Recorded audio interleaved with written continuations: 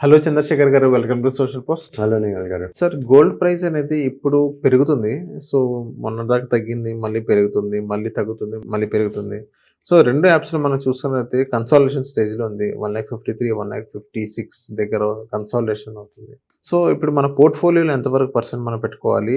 And next ఇప్పుడు మన gold coins కానీ, బార్స్ గానీ తీసుకుంటారు కొంతమంది. వాళ్ళ డెసిషన్ మంచిదంటారా?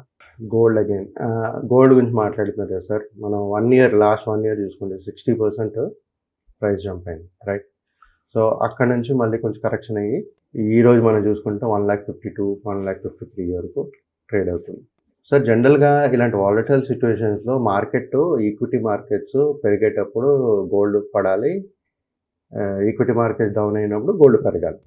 బట్ ఇప్పుడు రివర్స్ అవుతుంది. ఎందుకంటే global uncertainties, crude oil, dollar strong అవుతుంది. కాబట్టి అందరూ ఈ సేఫ్ హెవెన్ నుంచి బాండ్స్ వైపు వెళ్తున్నారు, రైట్? సో, మన 2019 నుంచి 2025 వరకు తీసుకుంటే గోల్డ్ రిటర్న్స్ 188% జనరేట్ చేసింది, రైట్? సో, అంటే అది అన్ని ఇయర్స్‌లో కాదు, కొంత సమయంలోనే క్రియేట్ చేసింది. బట్ 2019 నుంచి 20 వరకు మనం చూసుకుంటే ఆన్ అండ్ యావరేజ్ చూసుకుంటే 188% ఆన్ యావరేజ్ చూసుకున్నా సరే, మనం ఇలాంటి returns అన్ఎక్సెప్షనల్.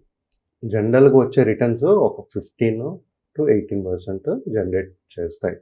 So, realistic 5 years returns కానీ మనం చూసుకుంటే, ఓకే, 6-10%, తర్వాత లేకపోతే 10-12%, లేదంటే లెస్ దెన్ 5% కూడా ఉన్నాయి.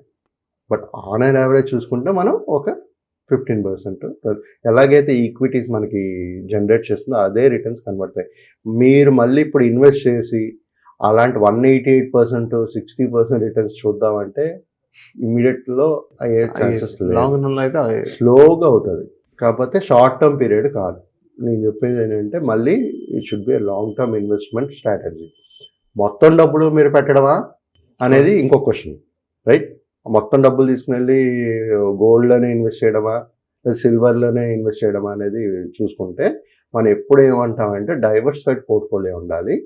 ఇప్పుడు నాకు కనబడే రిటర్న్స్, ఎక్కువ రిటర్న్స్ ఈక్విటీలో కనబడుతున్నాయి.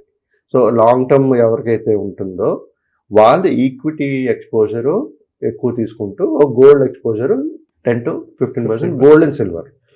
మరి గోల్డ్ సిల్వర్ మళ్ళీ కంపేర్ చేసుకుంటే సిల్వరు ఇండస్ట్రియల్ డిమాండ్ వల్ల పెరిగే ఛాన్సెస్ ఉంటుంది.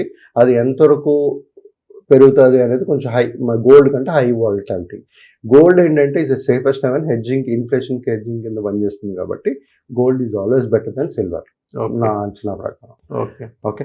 సో, ఇప్పుడు చూసుకుంటే సార్, లాస్ట్ ఇంత వార్ అవుతున్నా సరే 1,50,000 అనేది కింద దిగలేదు గోల్డ్.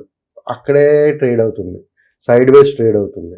సో, ఎప్పుడైతే ఈ మార్కెట్ ఈ గ్లోబల్ అన్సర్టనిటీస్ కానీ డౌన్ అయిపోతుందో, డాలర్ కానీ కొంచెం వీక్ అయ్యి మనది ఎప్రిషియేట్ అవుతుందో, మళ్ళీ గోల్డ్ అనేది పెరగడం వల్ల. But not as fast as last few months. అంటే విత్ ఇన్ మంత్స్లో ఎలాగైతే అంతంత అన్ఎక్సెప్షనల్గా రిటర్న్ జనరేట్ అలాగైతే చేసే ఛాన్సెస్ లేదు. బట్ రిటర్న్స్ అనేది గోల్డ్లో కూడా మంచి రిటర్న్సే జనరేట్ చేస్తుంది. బట్ అసెట్ అలొకేషన్ అనేది చాలా ఇంపార్టెంట్ సార్. ఇది చేసుకుంటూ వెళ్తే మనం గోల్డ్లో కూడా ఒక వెల్త్ అనేది క్రియేట్ చేయగలుగుతాం. Okay. So, thank you sir, మా social post. Thank you Nikhil గారు.